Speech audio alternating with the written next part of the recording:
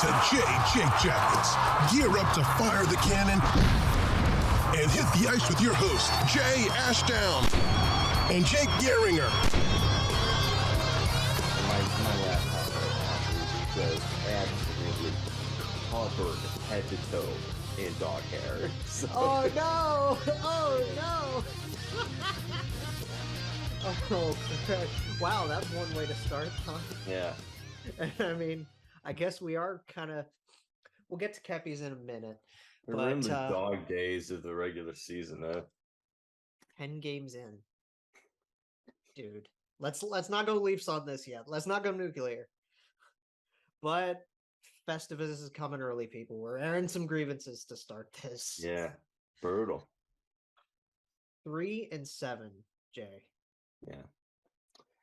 And I think what's important more than anything, as we always talk about, is context. Yes. Now you can be 3-7, and there is such a thing as a relatively okay 3-7. This is where you play well, where you show up. Where, like, if you had 7 losses, and well, one of them was by 3 goals and one of them was by 4 goals, but the other 5 were, 3 of them were 1-goal games and 2 of them were 2-goal games, and you're in a lot of these games. And your expectations weren't to make the playoffs. No. Even after the big splash. Yeah, and in this case, you and I both agree that this isn't a playoff team. I mean, our predictions were 6-7, right? Yeah, I picked them to finish South. I had the Flyers higher than us. Yeah, right. So and I mean, the Flyers so are far. Shocking how awesome Torts has done with this team so far. But there are 2 main things that I want to hit. We'll talk about the Devils game, obviously. We're going to talk about some social media stuff in a minute. Yeah. And we're going to go in depth on that because but all of you listen up. All of you need to be better. Yeah. All of us need to be better. But the first thing I want to talk about is a bit of a statistic. 0 for 24. Yeah. There is no power play. It is a power play that genuinely hurts you. It is a powerless play. What the hell is going on? And here's there's excuses you could throw, and of the excuses, all they do is point to other problems. The one thing that I will find excusable is Patrick's injury, but at the same time, we said this last show, you can't rely on one guy to finish. Can't be one player. You can't at least rely on one guy to finish your chances. We have goal scorers on that power play. Yeah. Boone can do things. Roslovic can do things. Johnny can finish. Yegor can finish. KJ had 40 can goals finish. last year. He had 40 goals last year. Yeah. Roslovic had well over 20, right? Rosie was somewhere between 20 and 25. Yeah. Werenski can finish. Yeah. I mean, he's scored double-digit goals the last several years. He led the league for defensemen scoring, 3 years ago? He had 20 goals. With 20 goals. And that was in a season that was cut short. Yeah. Because of COVID. I can't completely compare this to the Leafs power play in the COVID year. But at the same time, I can because it was god-awful. Right? And that team has Austin Matthews, Mitch Marner, John Tavares, William Nylander. Their top 5 players. Austin scored 60 last year. What the hell? Yeah. Johnny scored 40. Patrick Laine's was a point per game player. point per game player. Voracek doesn't score, but he had well over 50 assists last year. 56, right? Yeah, 56, I believe you're 57? correct about that. Yeah, I believe you're correct. Boone was on pace to shatter his career high. He was on pace to score 30 goals, right? He had what, 26 if I'm last not year? mistaken, yeah. I thought Like he was 26 or on 27 goals last year. On pace for, he finished with 59 points. Yeah. And that was with a back injury that took him out the last month. Yeah. So, look, we're not saying that these pieces are talented enough to score 10 power play, but you can't generate one. You can't accidentally shoot the puck off of someone's leg and into the net. You can't bounce it off the boards and then bank it off the goalie and in. Center a pass off a skating in. You can't fluke your way through like an if a goaltender 10 the goal situation. That's unbelievable. You can't even make it an accident. Yeah. Not even an oops, I accidentally scored. I'll take it. Not even one. Not even one. That's generational. Now, how many power plays did they have against Boston? I have no idea. That's the one game I didn't actually get to catch really much of. You know, I've been struggling with getting to watch any. Yeah. And I mean, okay, cry at us for not being able to watch games. Well, I mean, I've been able to catch most of them, but that one I had a busy night. But here's the thing. Sometimes you can get caught driving narratives that might not be fruitful with games that you don't watch, right? Right. But there are times where you can what it is. Like you can look at 0 for 24 and say it is what it is. Like you don't need to watch to know a power play's bad if they go 0 for 24 in a month. Yeah. Here's the thing, Jake. And this is what's genuinely concerning is go ahead. This team, we expect it to not be great defensively. Yeah. So far, the analytics, they're actually average. Well, they're not bottom half of the league. They're because in the middle. They were 14th in the league prior to the Devils game. The penalty kill is 12th. Yeah. In the entire National Hockey League. And that's with the worst goaltending in the National Hockey League. And it's not a debate, Jake. No. The numbers are what they are. The numbers are what they are.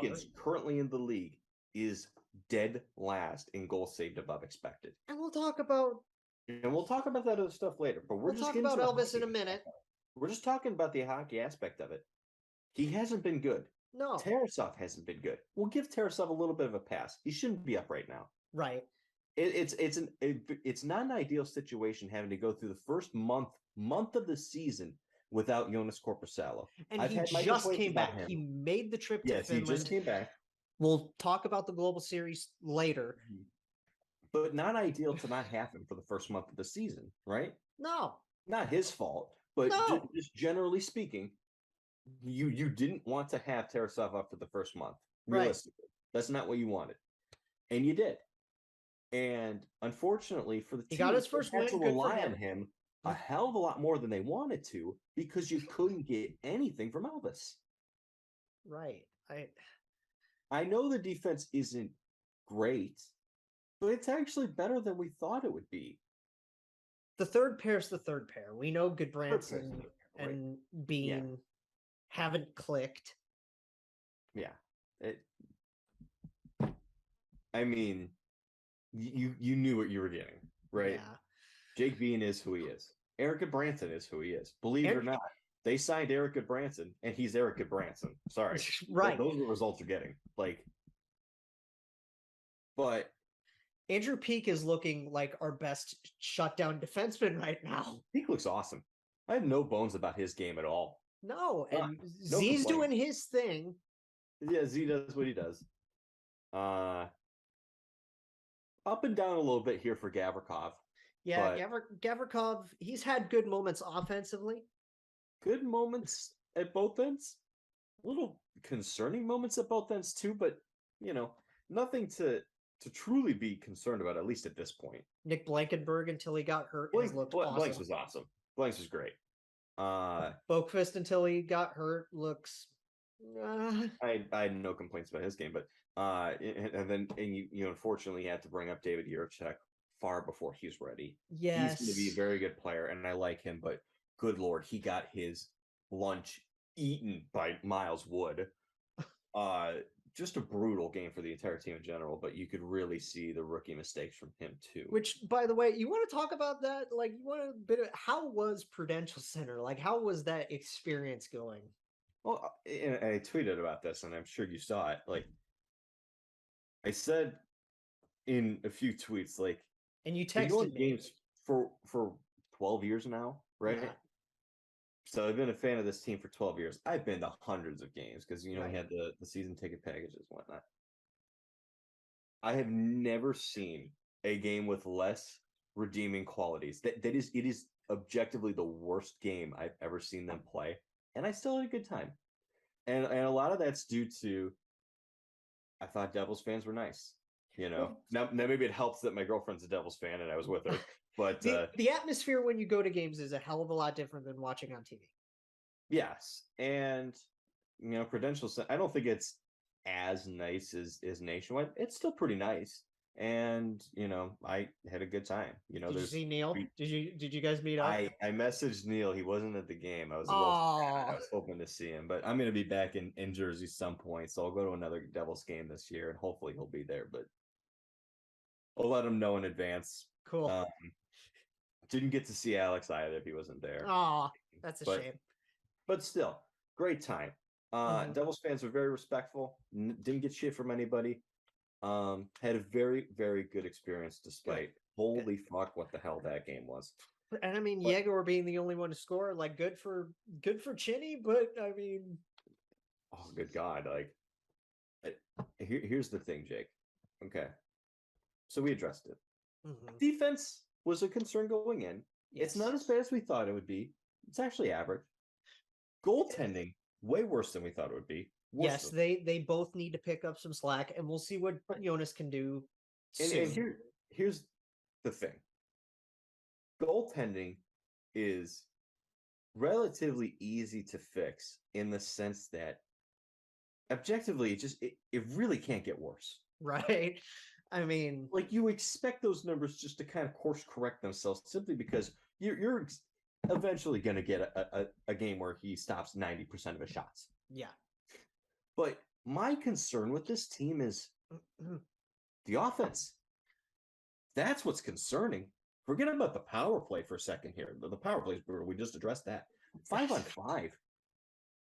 They're nowhere near as good as they should be. This was supposed to be the one strength that you had. Even though you don't have a ton of elite talent, you still have an elite talent in Gaudreau. An elite talent in Patrick Laine. Mm-hmm. Other very talented players who maybe aren't as polished, but still have a lot of skill, like Roslovic. Very young guys. Young guys like Kent Johnson. And Cole and Yegor, and we know what those two can do. Well, and Yegor looks great, but Jake, Cole Sillinger's got 1 point. Gosh. On the season. Like at least last time I checked. Let me make sure. Is this the most flabbergasted I've ever been? Like it feels like it. Because like since we started this show that are coming up are my bad. He has 2 points now because he had the assist on the Chinikov goal. He doesn't have a goal yet. Those two have chemistry. Let's give him a pass for that because we know those two will get it together at some point. I would hope. Well, yeah, Chinikov doesn't really need to get it together because he's tied for second on the team in scoring with Ken Johnson with 6 points. Oh my God. So Ken Johnson's holding up his end of the bargain, despite really not often playing in the top 6. Right. Tinnikov is building off of what we saw in the preseason, not just in terms of, putting up points, but his play away from the puck has improved. He's noticeable.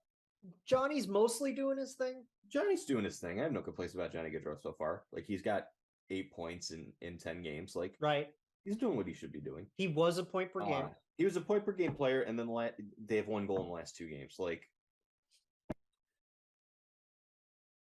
my other concern is, and this isn't just in reference to the power play, one thing that's a little concerning to me now that needs to improve in relative short order. Like yesterday? I know they've only played 4 games together, but it doesn't really look like Gaudreau and Laine have much chemistry right now. And again, only 4 games, but they gotta figure it out. Well, not only do those two have to figure it out, Larson needs to figure out who their center is going to be.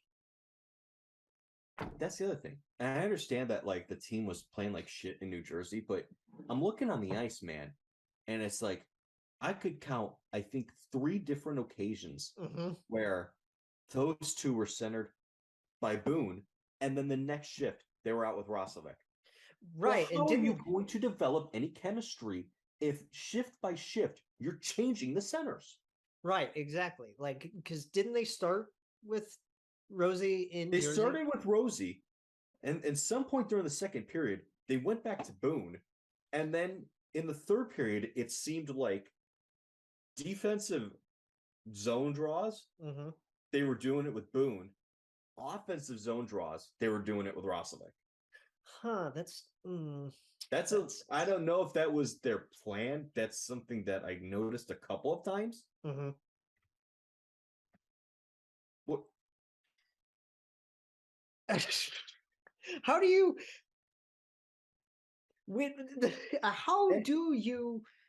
learn to play with guys if you're playing with different people shift after shift? I don't know.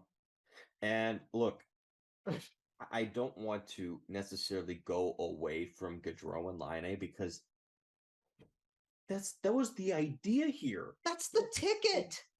Yes. When you got Johnny Gaudreau, it was, Patrick Laine is supposed to score 40 goals right now. Like, I don't want to necessarily go away from that 10 games into the season, but at some point, you got to do what's in the best interest of your lineup.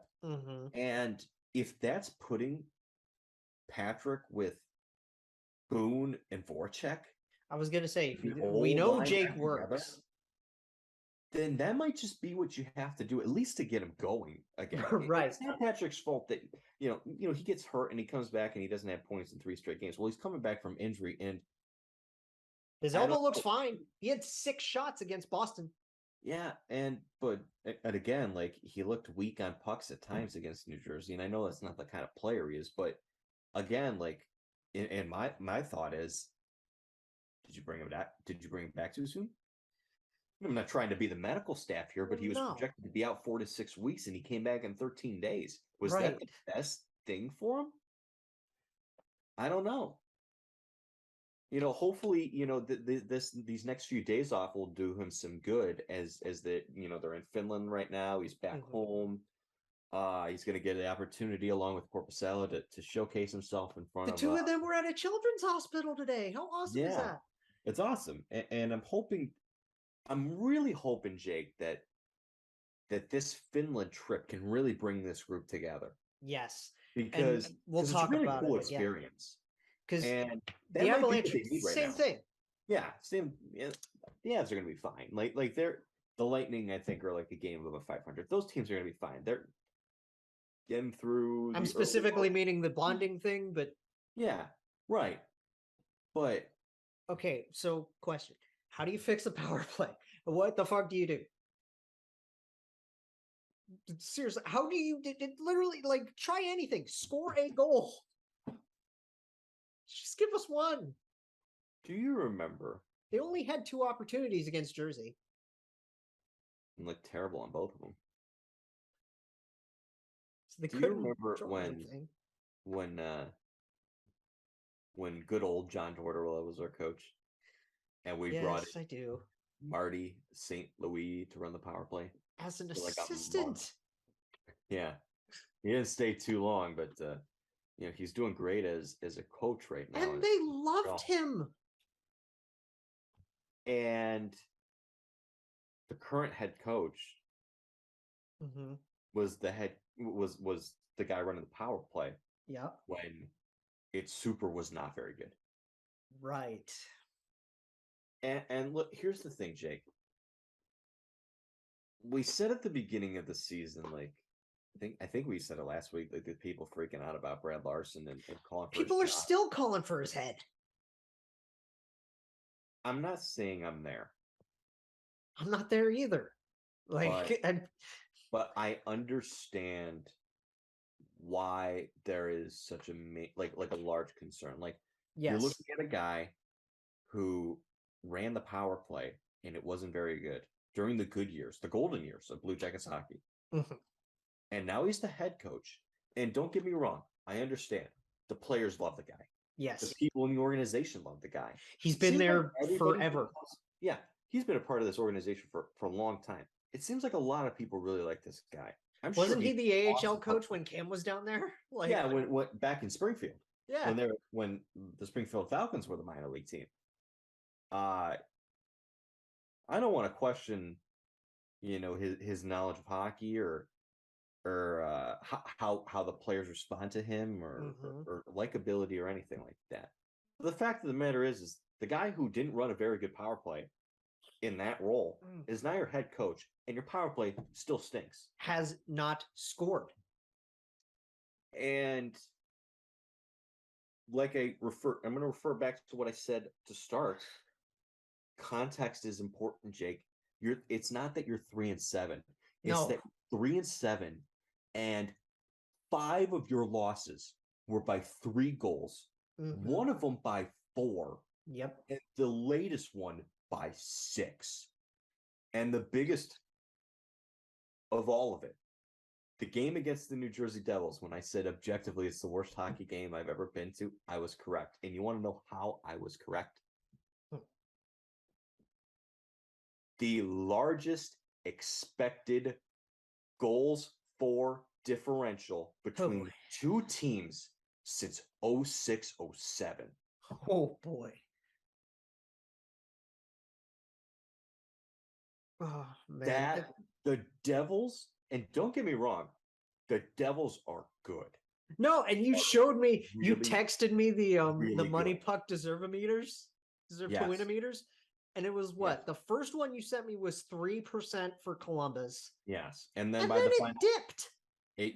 It somehow got lower. Jake, the Devils are phenomenal. Like, in terms of chances for expected goals, they're top of I think they're number 1 in the league. This team, since they got Andrew Brunette, have changed their style. Him and Lindy Ruff. We said a week ago when they started 0-2 that Lindy Ruff might get fired. And this is the funny thing about our get-ups today. Look at this. This is good. Yeah, you're wearing the hat. I'm wearing the jersey hat. But we both have Blue Jacket shirts on. You're wearing your Johnny jersey. Yeah. Real quick, while I have the chance, though, I want to give Lindy Ruff a little bit of credit because I said it was almost a lock that he was going to get fired. Oh, dude, we thought he was going to be fired yesterday. Give that guy a lot of credit for putting ego aside and bringing in Andrew Brunette and saying, we're going to do this together and I'm going to listen to you and we're going to figure this out. Right. You just did a hell of a job down in Florida. And the way the Devils are playing is identical to what the Florida Panthers did last year. The difference is I would argue the Devils have a better defensive core than the Panthers did last year because John Marino's excellent. Let me shout out the Devils admin for that too. That not was super funny? Johnny Hockey, that was a funny tweet. That was a really funny tweet. But Jonas Seathall is one of the best shutdown defensemen in the league. Ryan Graves is a pretty solid defenseman. Yeah. Kevin Ball, he looked like he was maybe kind of stuck in mud a little bit in terms of where is he going to fit long term with them. He looks good. Brendan was their defensive core looks awesome. David Severson too. He was balling out there. I know. I gotta get one in. I gotta get one in every show. Come on. But again, like the Devils are really good, and we got to give them their dues. But Jake, we absolutely got to give them. We're not that good. No. What? Because what were our predictions? I had 7 and you had. Didn't you have? You had them 6th, right? I thought I had them. No, I had the Flyers 6th. I had them 5th. You had them 5th. Oh my god. Because I had the Islanders 8th. I was gonna say, yeah. Yeah, no, I like the Devils. I was just concerned, like about A, their goaltending, and B, their coaching. Like, how long is this? They're a great constructed team. They're like Tom Fitzgerald's done wonderfully. Yeah. You want to talk and about, this is without Andre Palat. Yeah, who's going to be out for a little bit here. But real quick, we talk about like the summer of tree living and losing Johnny Gaudreau and how well of a job he adjusted. And I heard they booed him every time he touched the puck. He did. They did. But the Devils similarly missed out on Johnny Gaudreau. Very underrated offseason. Very much wanted. And they responded by, well, we're going to get ourselves an Andre Palat. Yeah. We're going to go out, we're going to trade Ty Smith and I think a third, and we're going to get John Marino. And we told Neil this. Andre Palat is a great consolation prize. He is a great consolation prize, and I think he's an outstanding player. John Marino's an excellent consolation prize, too. Yeah. We're going to get Vitek Vanacek in goal to compete with Mackenzie Blackwood. We're going to bring in Brendan Smith. Vitek looks great. They made some outstanding moves this offseason in response to not getting Johnny Gaudreau. As a matter of fact, I think maybe in the long run, it might be better that they didn't get Johnny Gaudreau solely because not getting him allows you to get John Marino, and it also allows you to keep Jesper Bratt. Who, look at what he's doing. I mean, wouldn't you rather lock him up long term? Yeah, I would. Like, I don't know if I'm the New Jersey Devils, hell yeah, I do. I don't know if I'm willing to say Jesper Bratt is as good of a player as Johnny Gaudreau is right now. But no. Jake, he's damn close. He's damn close. He's going to get there. He's really good. He's still, how old is he? Because he's still got some time, right? 24. Oh, yeah, he's got time. Yeah, he just keeps improving every single year. He's outstanding in all 3 zones. Him with Jack Hughes. Nico Heister's taken that next step to becoming a star in the league. He's always been a really good player. Good two-way guy. No, he's becoming a star. He's a really good player. They had 7 different Devils. Yeah. Score. Zetterlund is moving up the lineup. He looks really good. He's an impact player for them. He's probably good for him. They rely on the most in terms of filling the shoes of Andre Palat while he's out. And I mean, yeah, we got to give the Devils their due while we're criticizing our guys because this is Dawson Mercer. Oh yeah, player. We knew he was going to be fine. Yeah, he's a really good player, right? I mean, it's a really good team, man. But again, like I said, compliments to the Devils. They're outstanding, and I'm happy they're back. Yeah, good for them. How was it? Did you get to see the Ken Danico stuff? I did. I had to see all of it. I got to see the Marty statue outside. Oh, that's great. All awesome stuff. Our seats, me and Mel's seats, were literally like we were sitting like looking down, like the jersey like hanging right in like the banner hanging right in front of us was Ken Danico. Oh, I love it. Yeah. So I got to see all that stuff. It was awesome. But yeah, so again, shout out to New Jersey. Beautiful states. Shout outs to Alex, to Neil. Amazing fans. Great hockey team. Happy they're back. All awesome. Again, holy shit. It should not have been that bad. No. And again, props to our dudes. To quote Steve Dangle, even though it's not really his word, but it's a word he loves to use. Shambolic? Shambolic. Yeah. Shambolic. It's awful. It's god awful. Oh my God. It's wow. And I mean, we can talk about this whenever we end up joining Devil State for an episode. Like, yeah. But like that's the thing, Jake, is that's my concern. 0 for 24. We know Your the power defense play is stinks. We said it at the beginning of the year. You can live with the growing pains of your defense and even your goaltending, so long as you take a step offensively, the step that you should be taking. You should be seeing an improvement for Patrick Laine now that he's got Johnny Gaudreau. Johnny Gaudreau should be producing. You should be seeing improvements from Roslovic with Voracek. Yeah, you should be seeing maybe a little bit of progression from Jack Roslovic, at least a little bit more consistency. You should be seeing growth from Kent Johnson. I said that I was a little concerned about maybe a step back here, a little bit of a sophomore slump for Cole Sillinger. We're seeing that happening right now. Yeah. But there should be at least pieces that you see progressing their games a little bit here. And we're not seeing it. And to me, that's coaching. And that's my concern. Right. It brings you down to two different roads here. One of them is, Jake, do you want to fire Brad Larson 10 games into the season? Or no. 12? I don't want to do that. No. If you're going to fire a coach, you need to leave all doubt.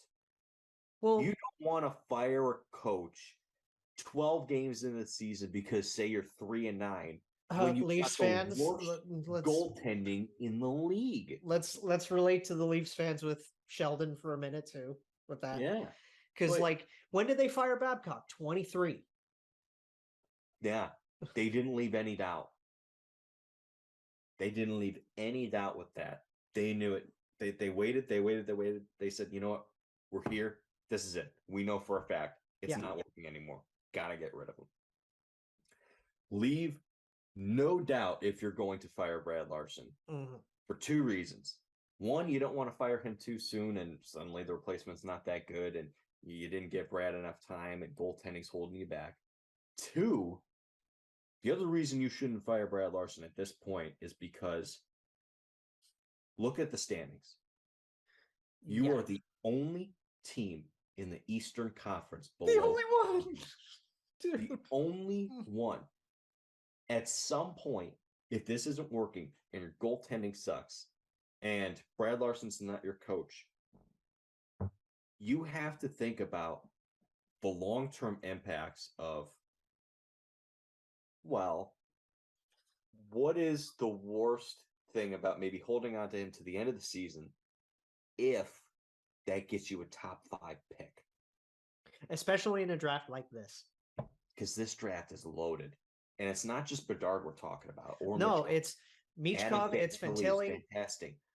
Braden Yeager is outstanding. Could you imagine getting Braden Yeager and putting him with Yeager? Yeager and Yeager. That's a law firm if I've ever heard one. Yeah, right. But and think about the flexibility if you get an Anna Fantilli or Braden Yeager or any of those guys. Like if you get a center who's a really good one, like that gives you flexibility with Kent Johnson. I know how much you want to say Bedard, how everybody wants to, but I mean everybody wants Bedard, but there's other great players to be had. And I'm not saying that you should tank. You're 10 games into the season. I want this team to win. Yeah. But eventually you do get to a point where you are incentivized more by not winning than you are by winning.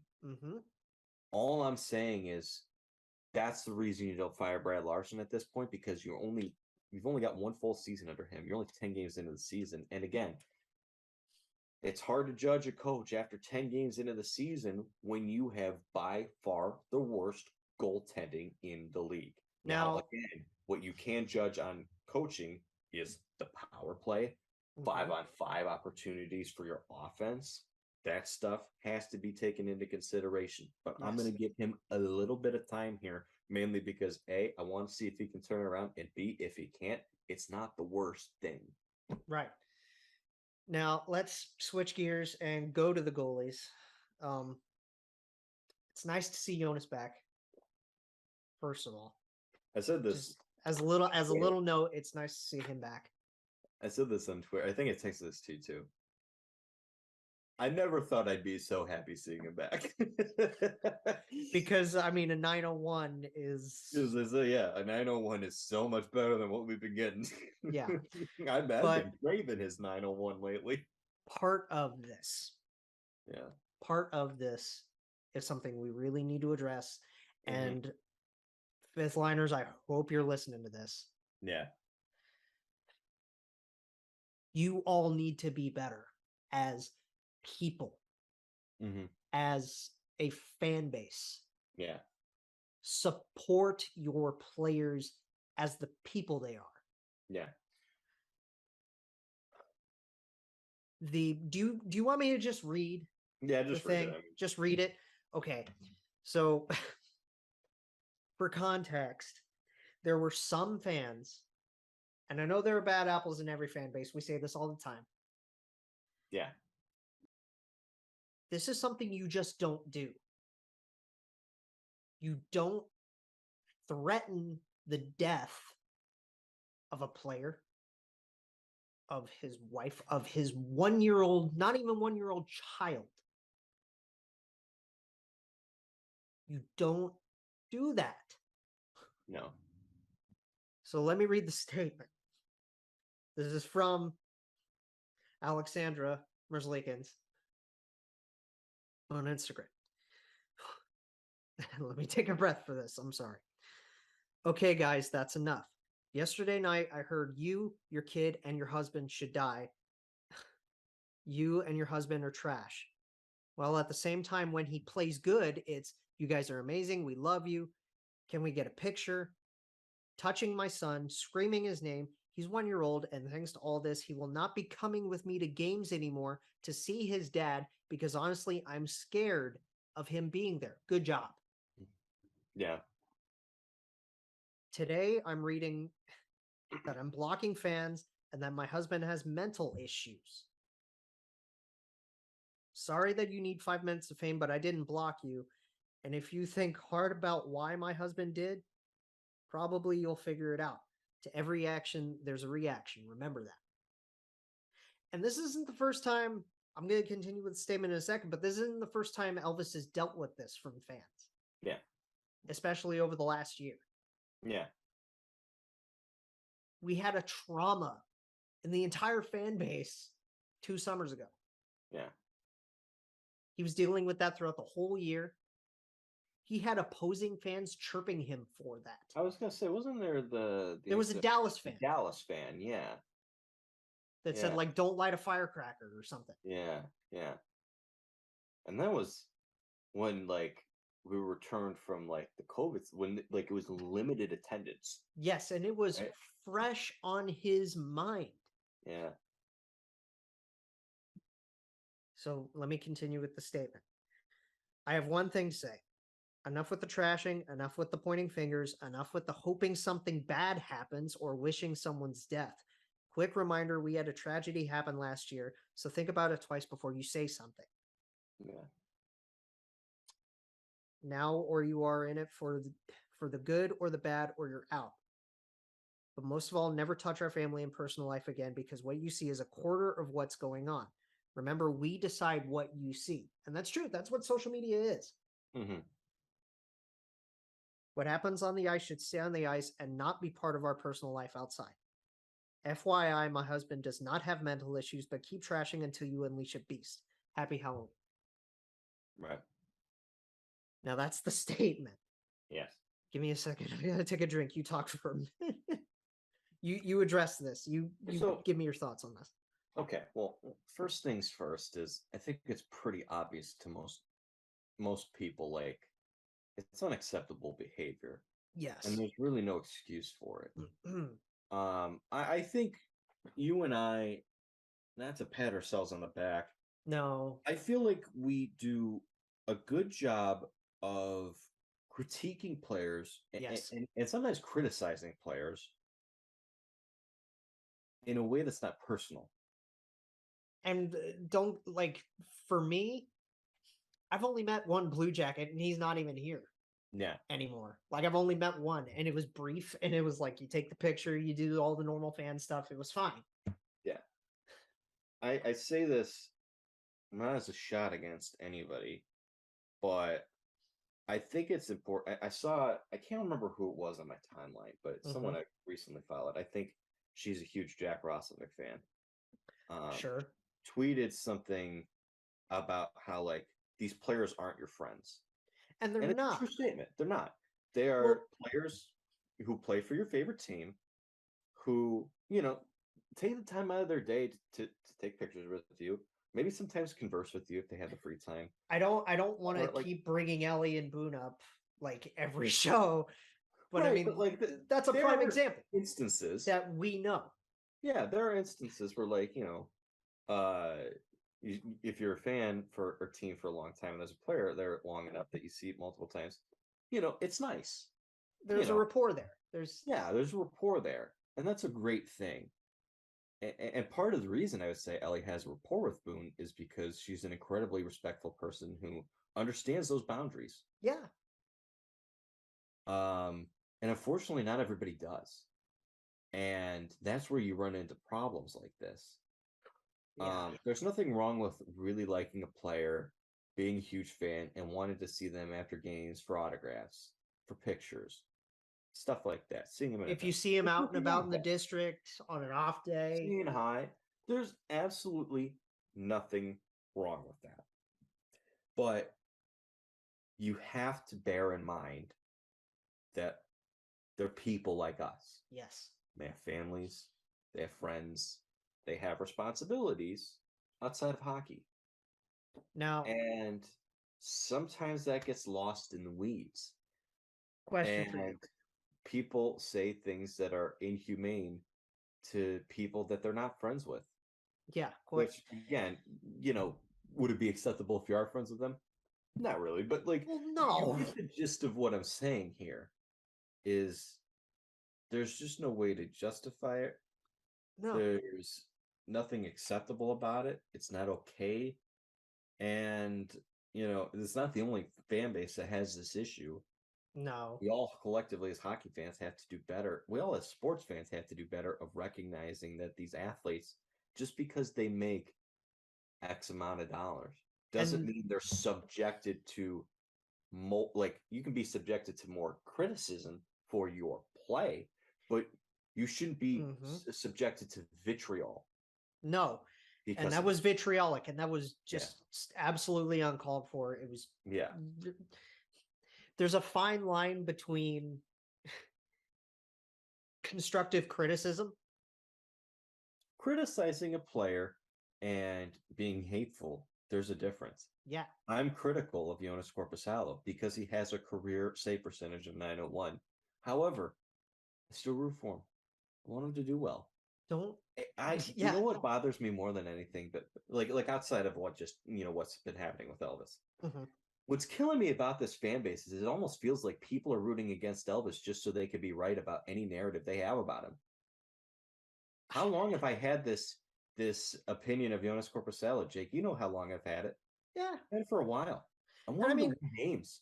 I want to be wrong about him. The question has been asked, is Elvis the guy? And I mean, right now, I would say the answer is no. But no. I want to be the guy. I desperately wanted to be the guy. You're paying. He's here long term enough to be the guy. Yeah, that's the hope. But I think I think we're at a point here, Jake. And I know she addressed in that statement he doesn't have mental problems or stuff like that. I'm not suggesting that there's mental problems. There's obviously still some lingering traumas, and it's not for me to determine if he still has necessarily any trauma left or if he has mental problems or anything like that. What I will say is I am currently under the belief that because of what happened and because of what's going on right now, it may be in the Columbus Blue Jackets' best interest to trade Elvis solely for him. I want to see him succeed. And right now, I struggle to see a scenario where he is successful in the National Hockey League with the Columbus Blue Jackets. It's very, and this goaltending is the most mental out of all the positions. It is as mental as it is physical. And we've seen this before, Jake. You can't focus when you have that going around. not exactly the same exact scenario, a different scenario. But I'm going to bring this back to one of my favorite players of all time, Danny Heatley. Stuff happens in 03. The car crash, right? The car crash. Yeah. His teammate dies. There's a very, very large burden on him because he was responsible for the crash. The family forgives him, and he makes good on all of that. But he requests a trade out of Atlanta, right? Because he just couldn't be there anymore, right? And I'm starting to wonder if we're getting there with Elvis. I want to say for the sake of both parties, I hope not. And the reason why I say for the sake of both parties, if he needs it, he needs it. Yeah. But they love it here. Yeah. It's a great city. It's a great city. And he's got a contract that pays him well, and he's got term, and it's obvious that they believe in him. Yarmo believes in him. If he wouldn't have given him that contract if he didn't believe in him. Right, exactly. Lars believes in him. There's a reason he keeps starting him. There's a reason, like, you hear it in the pressers all the time. Yeah. He's got an infectious personality. He's a great guy. His smile is the freaking best, is it not? Like, and it feels like, despite everything that's happened, it to me, by the way, that I get is that he likes it here. And if he's going to succeed in the National Hockey League, it feels to me like he wants it to be in Columbus. Yeah. But my concern is that as we progress through the season, if this continues, it might get to a point where there's a realization on both sides that it's just not going to happen. By the way, can we put a little bit more of a positive spin on all this? Because, God, is Knox not the cutest boy in the world? Oh my God. Absolutely adorable, right? The little skeleton costume. Yes. Yeah, I love that. Oh, he's such a beautiful baby boy. And friggin' I love him. Yeah. And look, I'm going to continue to root for Elvis. Absolutely. 200%. Whether it be with the Columbus Blue Jackets or any other team in the National Hockey League, if he gets moved at some point, I will be rooting for him. I will be in his corner. I still cheer on Bob. I still cheer on Oliver. There's, when guys leave. I root for good people, man. Yeah. Elvis is good people, and I want to see him succeed. And my issue with some people in the Blue Jackets fan base right now is it feels like he's not playing well, and I understand people are critical of that, and they deserve to be critical of it. He hasn't played well. He's been the worst goalie in the league. But we're critical for a reason. But yeah. It almost feels like people are rooting against him. And you don't do that. Yeah. And I don't get it. Like, don't you want your team to be good? I want my team to be good. I want him to win games. I want him to be the guy. But yeah, I don't know. He might not be, but I'm going to root for him to be. I don't believe that Erica Branson was a good contract. I still root for him to not turn the puck over at his own blue line. Because I still root for him to do good things. I still root for him to do good things when they happen. Yeah, I'm still rooting for him to knock people's teeth into the ice. Like, if you wear a Columbus Blue Jackets sweater, I'm rooting for you. Yeah. So that's all I had to say on that. I'm gonna end this just again.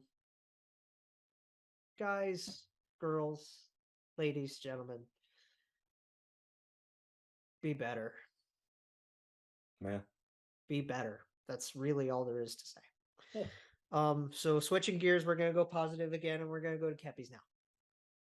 And I mean, Kepis are tough. This is only the third episode we've done Kepis, right? Yes, and in the last 2 games, they have scored all of 1 goal.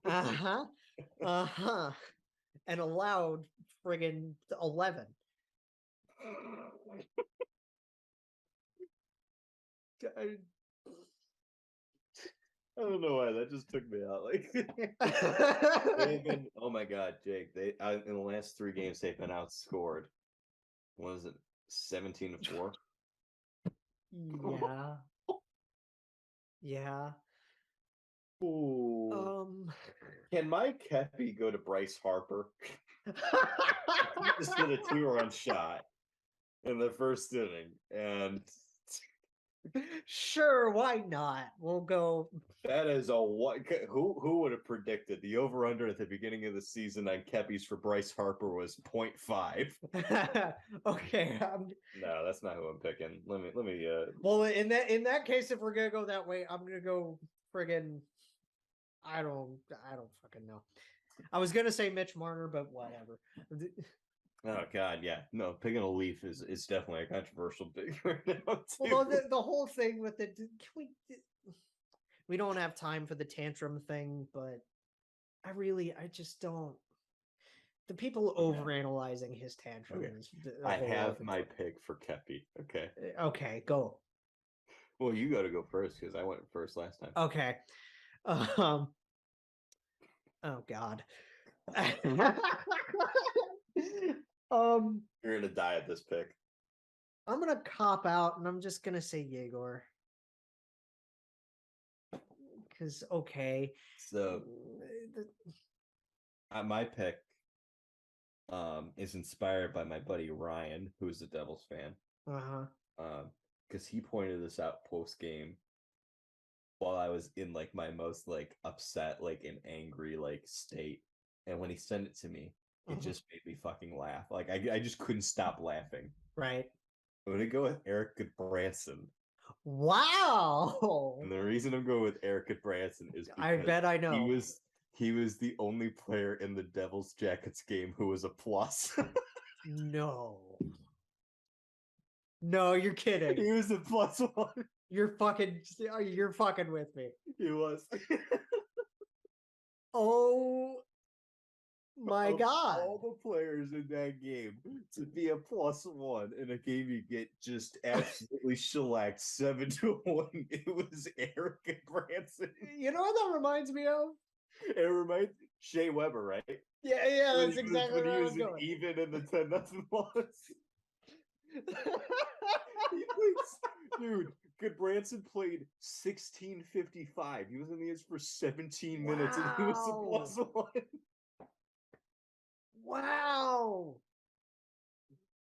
And he was mostly a third pair. Yeah. Right? For all the shit we've given the Bean Goodbranson pair, he was the only one. But okay, to be fair, that was also Gavin on his other side this time. Gavin was with Yurchek. No. Yeah.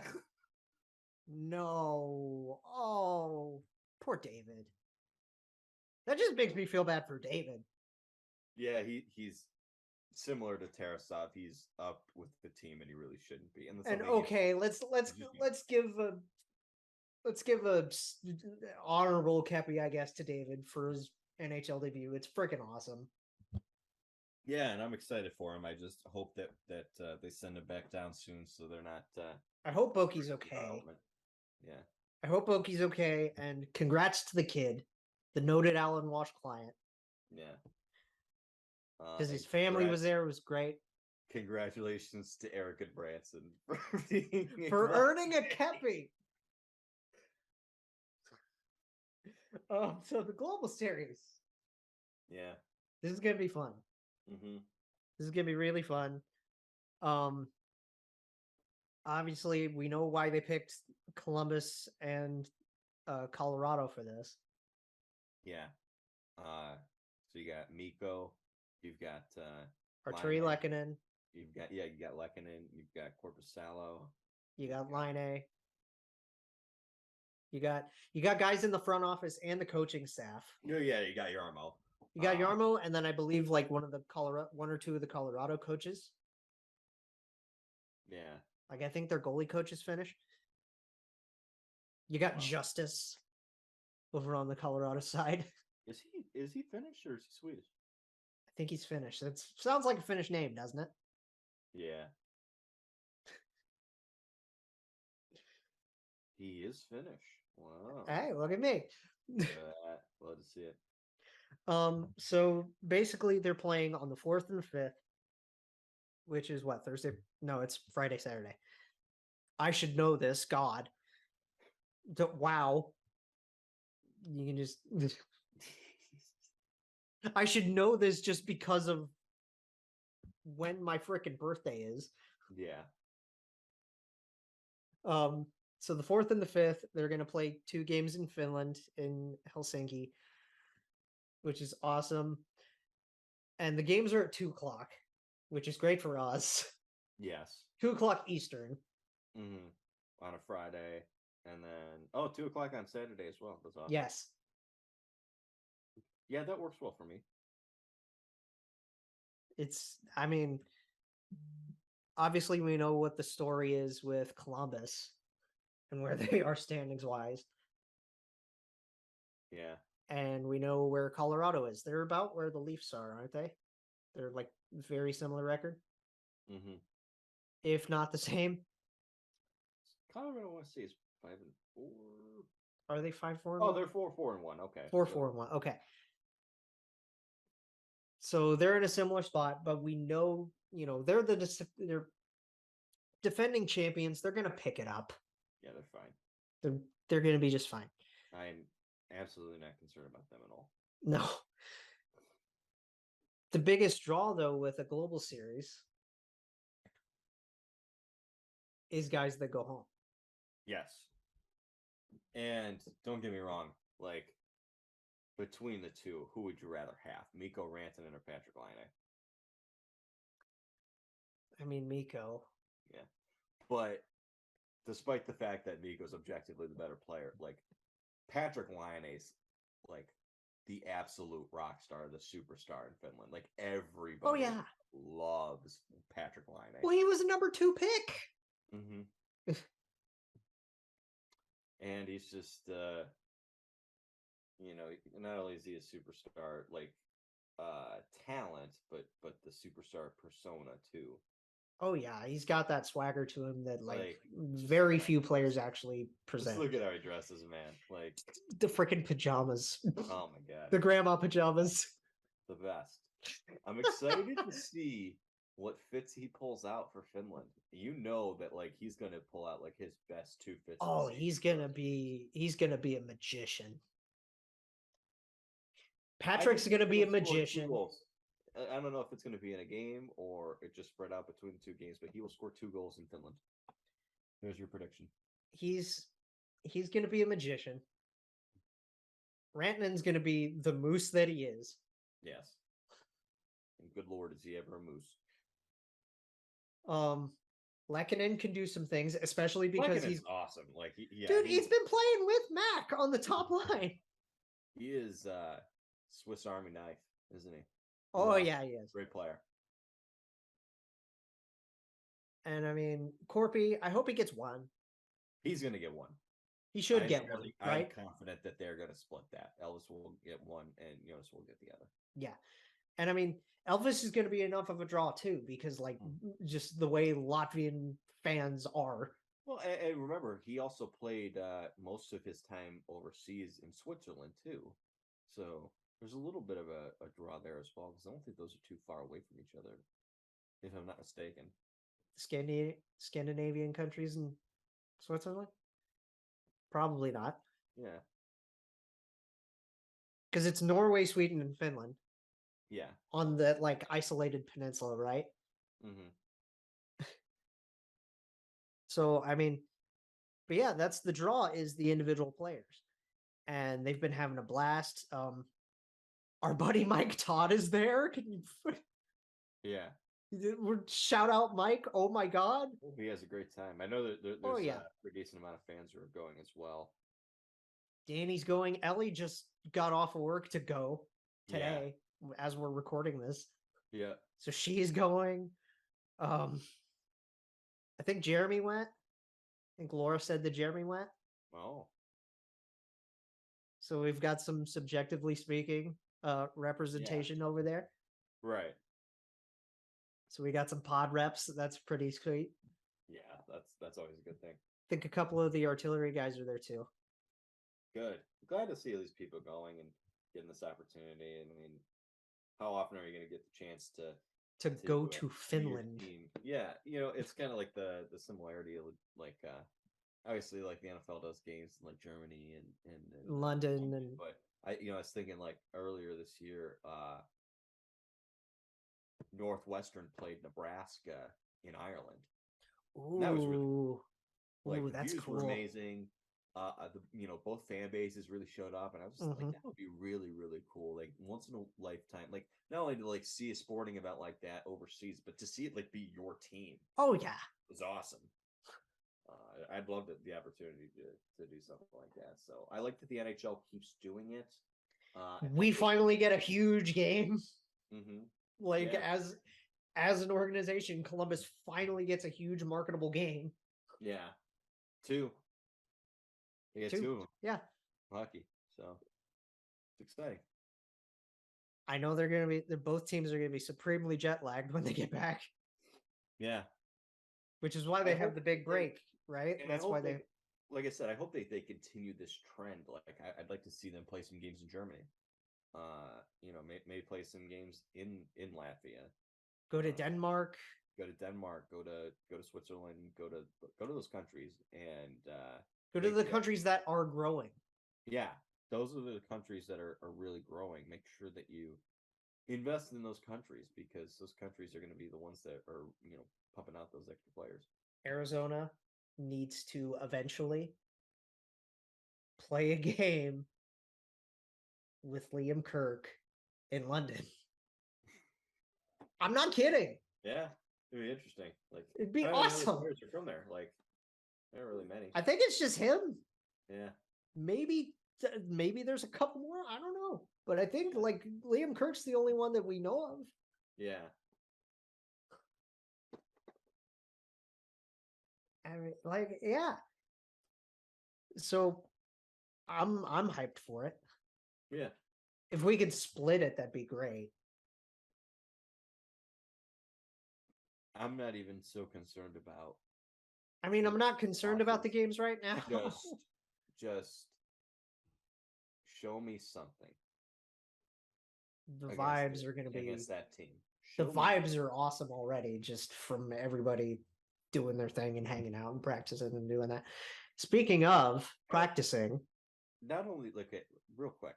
You showed me you sent me that thing on Instagram, the practice pictures, and I'm looking at all these pictures. I have not seen, and this goes back to my Kepi, I have not seen one picture of this team in Finland that doesn't have Erica Branson in it. They're really pushing that signing. He's a handsome guy, so I mean, he is a good-looking dude. And I'm not gonna lie, like I shared, on Facebook, I shared the Johnny one. Because like all Johnny content is great content. Come on. Yeah, of course. By the way, another quick thing just on a young guy, Yurchek making his debut in the Cannons. Oh, yeah, perfect. It's unfortunate that it didn't shoot off at least once. No. So the Global Series is going to be great. If they split it, that's awesome. And one last thing, like I said, speaking of practice, full participant, Nick Blankenburg. Good. And he's doing a blog for NHL.com during this thing. Oh, that's awesome. Cool. How cool is that? Yeah. We get a Blanken blog. Wow. I know. Come up with that, or is that what they're calling it? No, I came up with that when I was scrolling, and that was me. You like that? Yeah. You know what I do? I actually do. Yeah, you think that's great? I like that. Yeah. Can't read the Blanket blog. Yeah. I know you didn't really want to talk about this. We'll just mention it real quick. Seth Jones, 3 to 4 weeks. He broke his thumb. Pain. And I mean, I kind of really. Yeah. That just makes Yarmo look more like a genius, I guess. I don't know though. Like injuries happen. Like, he didn't trade away Seth Jones because he was going to get a thumb injury. Like no, years down the line. You know what I mean? No. He traded him because he was going to cost too much, and we knew he was going to get overpaid. And he probably didn't want to stay, so trade him. It's weird though, because even when you're playing with Zach Werenski, yeah, I'm not gonna complain. All the best to Jonesy. Yeah. I hope he recovers Quick within his recovery, time Jonesy. frame. Yeah. Don't come back too early, God. Even though we know that they could use you. Which, by the way, they're shockingly good so far. Yeah, not bad. Well, I mean, you want to talk considering their expectations, they're about, actually you want to like talk about former Blue Jackets. Max Domi looks awesome there. Max looks great. Yeah. The other injury that I do want to talk about that's a bit more concerning. Jamie Drysdale. Same thing that happened to Justin Danforth. Yeah. He's got a torn labrum and he's out 4 to 6 months. And we talked about like big bad blow for a bad hockey team, but it's not just that a bad hockey team is losing a good player, it's that a rebuilding hockey team is losing a fundamental piece. Core pieces who they're relying on to develop for significant time. That very much changes how a player develops. For example, Ryan Murray. Oh my God. Right? So I'm not saying that he's going to be Ryan Murray. I'm just saying, well, no, you can see it's concerning because if it happens again, the difference with Ryan compared to Jamie is this is the first time he had like a big injury like this that's taken him out such long term. Yes. But Ryan just kept getting hurt. And it was never the same thing. No, that dude turned into a Bionicle. Yeah. Well, no, he didn't turn into Bionicle. He turned into like those stringy toys that you know what I mean? Yeah, no, I know what you mean. But that's my only concern. Because the Bionicle's Ryan when he Lindgren. comes back, it's important that they continue to develop him, and it's important he stays healthy because this is a big part, big stage in a young defenseman's career, especially one with the upside of Jamie Drysdale. Because what was he picked? He was picked like 6th. Yeah, he was top 10. And it's also important because this is the last year you have on the contract of Kevin Shattenkirk. You only have 1 year of John Klingberg. Right. And you were kind of hoping that and Klinger's not looking great. Klinger's not looking good. Yeah. Well, he's not good defensively, but he's not putting up his points either. Yeah, that's the concern, right? But, well, the Ducks have also up until they beat the Leafs, they had lost 6 straight and gone in 1-6-1. They are currently, if I am not mistaken, they got to be like 2-6-1. They are currently tied with Arizona in the lead for the Connor Bedard race. Right, and technically they're in the lead. Yes, because they have played one more game, although they're only 1 point away from the San Jose Sharks, who have played 2 more games than them. Mm-hmm. So, better watch it, Anaheim. You don't want to be winning too many games here. Dude, Zegras Bedard. Oh. Mason McTavish. Oh my God. You don't even have to put McTavish on center. You can put him on the wing. Either. Oh my God. Or you could just put Zegras on the wing.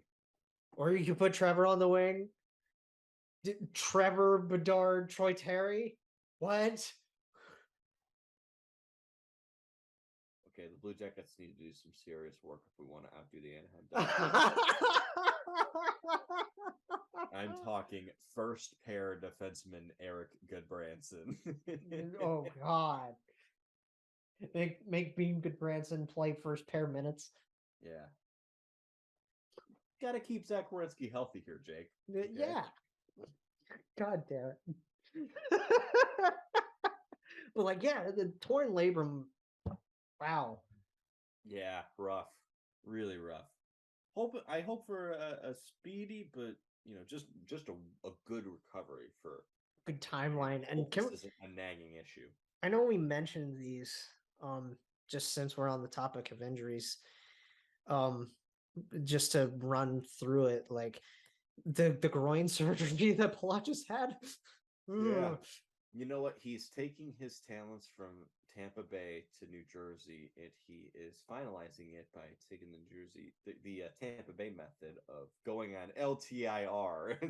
Yeah. I don't know if that's what they're going to do with him, but I think Tom Fitzgerald could learn a thing from Julien Brisebois. It would be a little funny if they put him on LTIR and he didn't come back into the playoffs. Oh man! But regardless, I'm hoping for a speedy recovery. I don't think it'll be too long. I feel like a month probably, but right. It really depends on how severe the groin injury is because it really can kind of range from short term to long term depending on the severity. Well, yeah, because we have no idea what the timeline is. All we know is he got groin surgery, which yeah, he got groin surgery, and they basically came out and they were like, he can be out from anywhere from 1 week to 5 months. That's basically what we got out of that. And then can we talk about the Caps for a minute too? Sure. They're missing 6 dudes. Who are they missing? They're missing. Well, they're missing Backstrom. At least they're missing John Carlson tonight. Okay. So I don't know if he's just going to be out for tonight. Okay. Obviously they're missing Becky. They're missing Nikki. They're missing Tom. Nick Jensen. Actually, let me pull this up. If I can even find it in the thread. Let me just make this as quick as I can. Caps. Scroll for the thing. I don't see an injury report. That stinks. Thought I had it because that was just the lineup. You liar. Because I'm looking in the game day chat, okay? Oh my goodness. Capitals. Let me try to find this. At the same. Oh, that was the other guy that I had to that I brought up was Connor Brown. Oof. They're missing Connor Brown and Tom Wilson. Yeah. Oof. Connor Brown had ACL surgery. I'm sorry, what? Connor Brown had ACL surgery. How long is he out? He's expected to make a full recovery, and I texted you this that it's reconstructive. Ooh. So that's going to be bad. I guess it's a good thing they got Sonny Milano away. Yeah. Gonna need him. That's rough. Connor Brown's a good player. That's tough. Connor Brown is. Well, it's also tough for him because isn't he in a contract year? Yeah, I think they only signed him for the 1 year, right? Well, because he had 1 year remaining on his deal when he was traded from Ottawa. Oh man, that's rough, man. He's a good player. He is.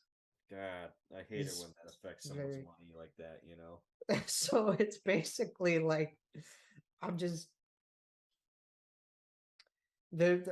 read you their lineup for today against Vegas.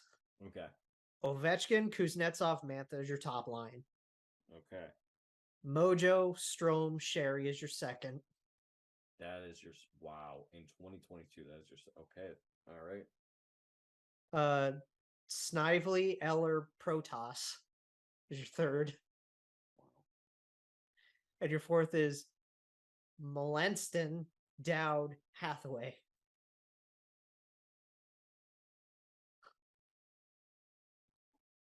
And the pairs, Orlov, TVR. Okay. Okay, that's fine. You could do that. You can handle that, right? TVR. Yeah, you can get away with that for a game. I like TVR. Fevari, Jensen. Okay, not bad. Gustafson, Irwin. Oh my God. That is a third pair. That is beaten up. And I wish I had time to look at this, more in depth, right? Wow. Because it's just like, oh boy, baby. That is a hockey team. Well, they're also not off to the best start.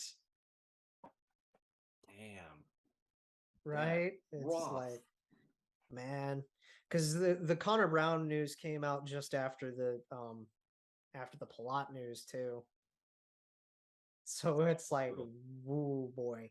Well, prayers up to those guys. Prayers up to all of them. Yeah, it's weird because throughout the whole league, we're getting a lot of really long-term injuries very early on to key guys. Yeah. This is brutal, man. Who knows? Maybe the teams that have the advantage are the guys who are the teams that had some of their guys out, in the off season and are coming in late or coming off of their surgeries.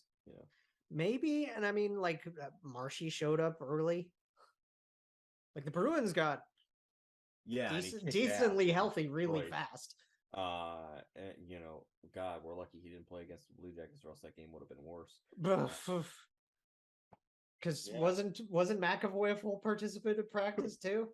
I have no idea about that, but I think imagine looking at the Boston Bruins and being like, they've got injuries. They're not going to be that good. I think McAvoy was in a non-contact jersey today. Dude, Charlie was in a non-contact. Yeah. Like, let me tell you, man.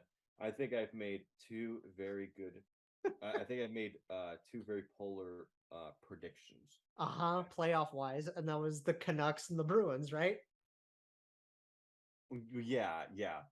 Terrible prediction for missing the playoffs is the Bruins. Terrible prediction for making the playoffs is the Canucks. But my good call is Flyers. I will take solace in the Flyers. Solace and Torts. Solace and Torts, and that's is Cam back? Is Cam back yet? Because I know Couturier is going to be out for months. Yeah, I have no idea. And that's a huge setback. Poor Coots. I like Sean Couturier. Yeah, he's a good player. He's a good player. I'd be ashamed if he was picked with the pick that we once owned. So yeah, that wraps up like the hockey stuff. But are you gonna be able to do Saturday? Yes. Cool. So we'll have a show. We'll have a show the day before my birthday. Awesome. Perfect. Which my birthday's coming up on Sunday. Yeah. Happy early birthday. Thank you, man. You know what's funny? What is 24? You know what's even funnier than 24? 25. That's right, baby. Yeah, baby. I can't believe I'm gonna be 25, man. Yeah. It's crazy. Grown up sucks. It does. Amen to that. Amen to that. But I'm excited. I'm gonna be hopefully going out to eat a couple of times because, well, not going out once, going to see family for lunch, and then I gotta work.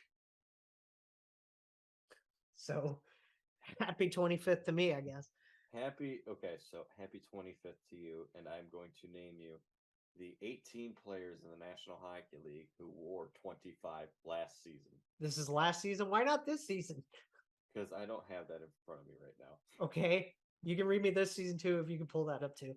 Islanders, Sebastian Aho, Jonas Brodin, Brandon Carlo, Nolan Foote, Mikhail Grigorenko. Hey! Libor Hayek, Brady Keeper, Yoel Kiviranta, Jordan Kyrou, Jacob Markstrom, Darnell Nurse, Logan O'Connor, Matthew Olivier, Ryan Paling, Brogan Rafferty, Artur Ruotsalainen, Paul Stastny, James Van Riemsdyk. Stastny wore 25? When he was with Winnipeg. I thought he always wore... Oh, wait, because Wheeler. Yeah, you're right. Yeah. I'm shooting 50-50 on last year. You know what?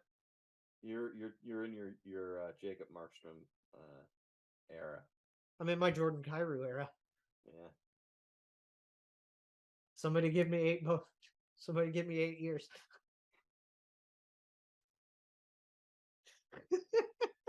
What about this year? Let's see. 2022. And I know we're running a little long, but fuck it.